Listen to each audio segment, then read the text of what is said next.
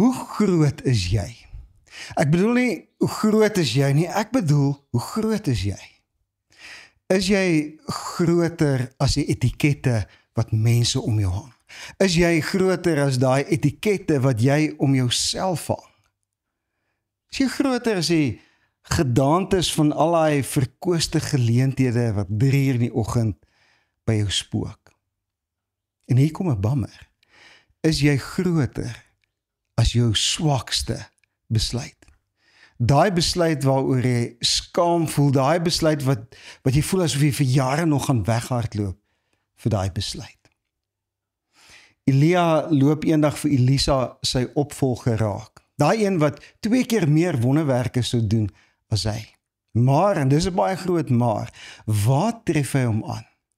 Voor die skares van mense, in die raadsale van die konings waar hy raad gee en profeteer, en al die blink plekke waar die hooggeplaastes is, roep hy vir Elisa raak aan hierdie wolk van heerlikheid om hom wat sê, hierdie moet 'n profeet wees. Maar jy sien, die Here het gesê vir Elia, gaan salf vir Elisa as die volgende profeet, en toe gaan soek hy hom. Lees saam met my 1 Konings 19 vers 19. Hy het toe daarvan weggegaan, en Elisa die seun van Safat aangetref, terwyl hy aan ploeg was met 12 paar osse voor hom, en hy self het geloop waar die 12de paar was, heel agter. Hy tref vir Elisa agter 24 osse in 'n stowwerige land aan. Hy sien hoe Elisa loop en kort die vars miskoeke van hierdie osse probeer mistrap. Was jy al daar dat dit voel vir jou die lewe is partykeer daai plek waar jy net probeer om die miskoeke te mis? Sy oë was rooi van die stof. En sy stem was hees geskreeu op hierdie osse wat net nie op die regte lyn wil loop nie. Hy rem met al sy krag na links of na regs, net om weer van sy voete afgepluk te word. Was jy al daar? Dat het voel asof die lewe jou heeltyd van balans af kry op een of ander manier. Hy profeteer vir die osse in 'n taal wat ek en jy nie hier op die video en in die kerk kan herhaal nie. Loop ek jou vandag ook agter die osse raak, met stof tussen jou tande, jou oë rooi gehuil oor die omstandighede en jou stem hees geskreeu oor dinge wat net nie wil verander nie. Pluk die lewe jou soms so van balans af, dat jy selfs baie keer heimlik wonder, is ek nog 'n Christen? Jy sien, wanneer jy en ek ploeg, dan ruik en smaak en voel elke dag dieselfde. Dis daai monotoon wat deur elke dag gaan, wat net nie voel asof my lewe wil momentum kry nie. Daai gaan werk, gaan eet, gaan slaap, kyk TV, gaan werk, gaan eet, gaan slaap, kyk TV. En daai dodelike roetine word jou lywag. En dis daar op daai plek, agter die osse, tussen die stof, agter die ploeg, dis daar waar passie plig word. Dis daar waar intimiteit, leë, voornemens en beloftes in ons verhoudings raak. Agter die ploeg wonder ons heimlik, en nie een van ons kan dit keer nie. Ons wonder, wat is verkeerd met my? Hoekom is ek hier agter die ploeg die hele tyd? Kyk daai ou, hy ry op die highway verby, kyk daai ou, hy bly in daai groot huis, maar ek is in die stof agter die ploeg. En dan op daai oomblik kom die groot profeet Elia verby. En wat doen hy? Kom ons lees verder. En Elia het by hom verbygegaan en sy mantel op hom gewerp. Jy sien, mantels in daai dae 'n sterk geestelike en kulturele, simboliek in die Hebreëse kultuur gehad. Die mantel, die Hebreëse woord is adret, wat ook kan beteken goddelike heerlikheid. So wat doen Elia? Hierdie man ploeg. Hy voel so ongeestelik, jy kan met hom swys. En hier kom die groot profeet verby.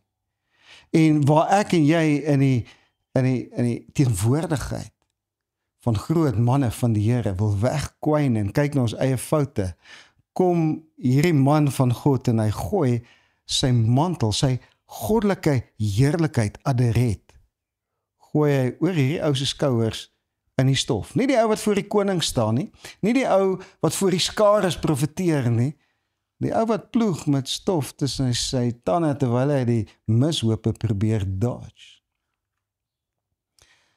Mantels in daai tyd was hierdie lang kleurvolle kleed wat om die skouers van mense gehang het.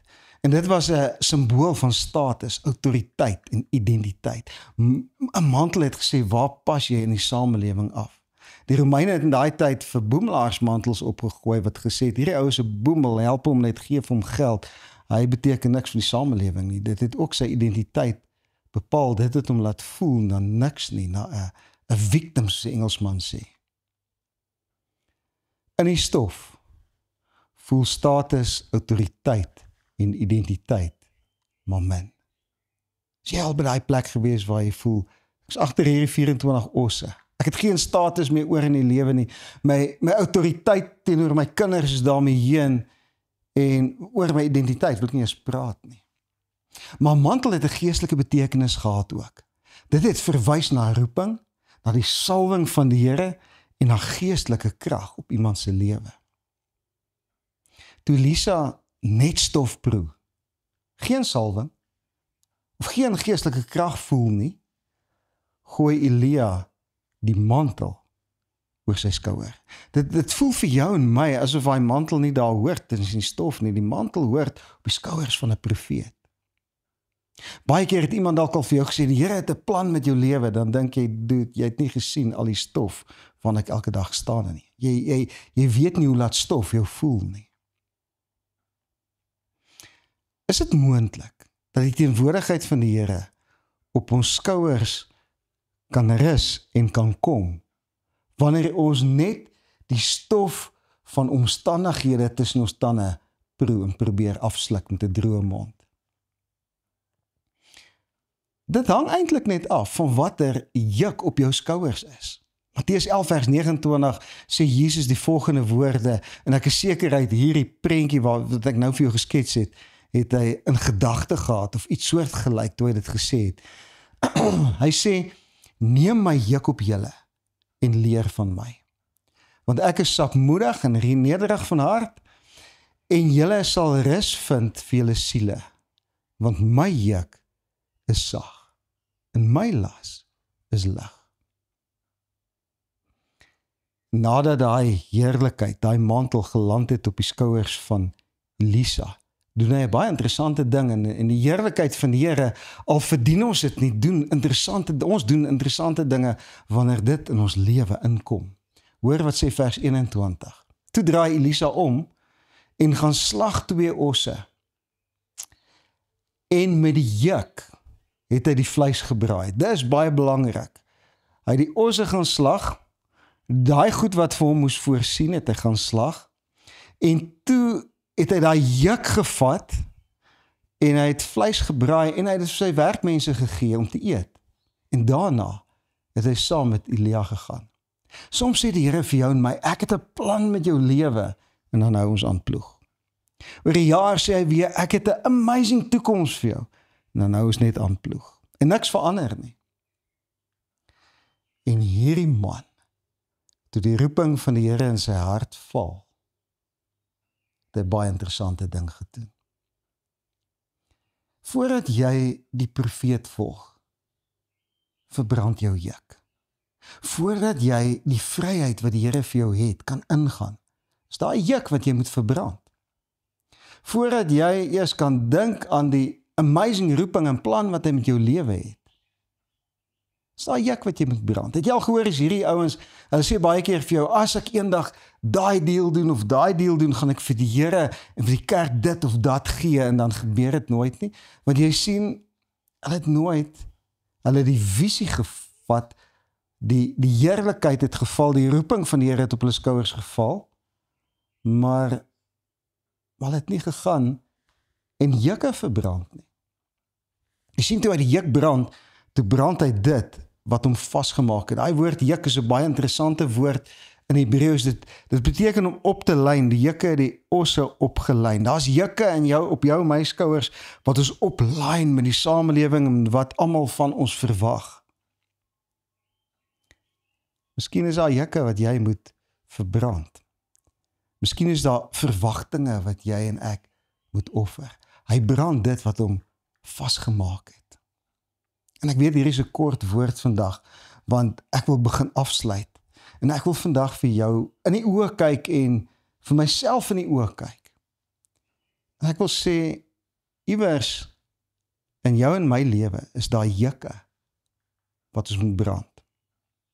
Ons voel nie elke dag ons verdien die heerlikheid van die Here nie, maar dit val op ons skouers. Ons voel nie altyd ons verdien dat die Here 'n groot plan met ons lewe het nie. En wat gebeur? Tog gooi die profeet die mantel op ons skouers. En dan is die groot vraag vandag. En ek wil hê jy moet die hele week wat kom daaraan gaan dink. Wat moet jy verbrand vandag? Is daar iets wat jy in die vuur moet gooi vandag? Wat is daai swaar juk wat jou vashou? Toe Jesus gesê het, sit my juk op julle, was in hulle geval was dit die gees van godsdiens wat gesê het, jy moenie. Die godsdiens is nie 'n verhouding nie, dis 'n doen alleen. En dit was die juk wat daai mense moes verbrand. Maar ek en jy het ook 'n juk wat ons moet verbrand. Dalk is dit 'n juk van minderwaardigheid. Dis dalk daai juk wat sê ek weeg myself, ek het 'n klein dink van myself. Dis dalk iets wat moet verbrand in hierdie oomblik vandag. Dalk moet jy die feit verbrand dat jy jouself te min gun in die lewe. Jy sê dalk vir jouself, ek het foute gemaak. Ek verdien nie meer dat die Here vir my groot dinge doen nie. Ek verdien nie die liefde van die mense om my nie. Ek verdien dit nie. Dalk moet jy vandag die gedagte brand dat jy in die stof agter die osse hoort en dat dit is waar jou lewe gaan eindig en dit is wat jy moet doen. Proe jy stof in hierdie oomblik. Is jou lewe op 'n stofferige plek? Dodge jy miskoeke die hele tyd? Is jy in daai monotoon van elke dag dieselfde doen? Voel dit asof daar net nie meer 'n vonk in jou lewe is nie? Voel jy verdien verseker nie die heerlikheid van die Here op jou lewe nie? Sê die mense om jou vir jou, jy verdien dit nie, want jy dit gedoen of jy dit gedoen. Ek het nuus vir jou. Hy, die een wat in die kruis gehang het medelee en genade vir jou. Toe jy toe aan die kruis gehang het hy nie gesê, Vader, vergewe hulle, want hulle is dwaas nie. Hy het nie gesê, Vader, vergewe hierdie ouens, want hulle vang onnoosel goed aan nie. Hy het gesê, Here, vergewe hulle, want hulle weet nie wat hulle doen nie.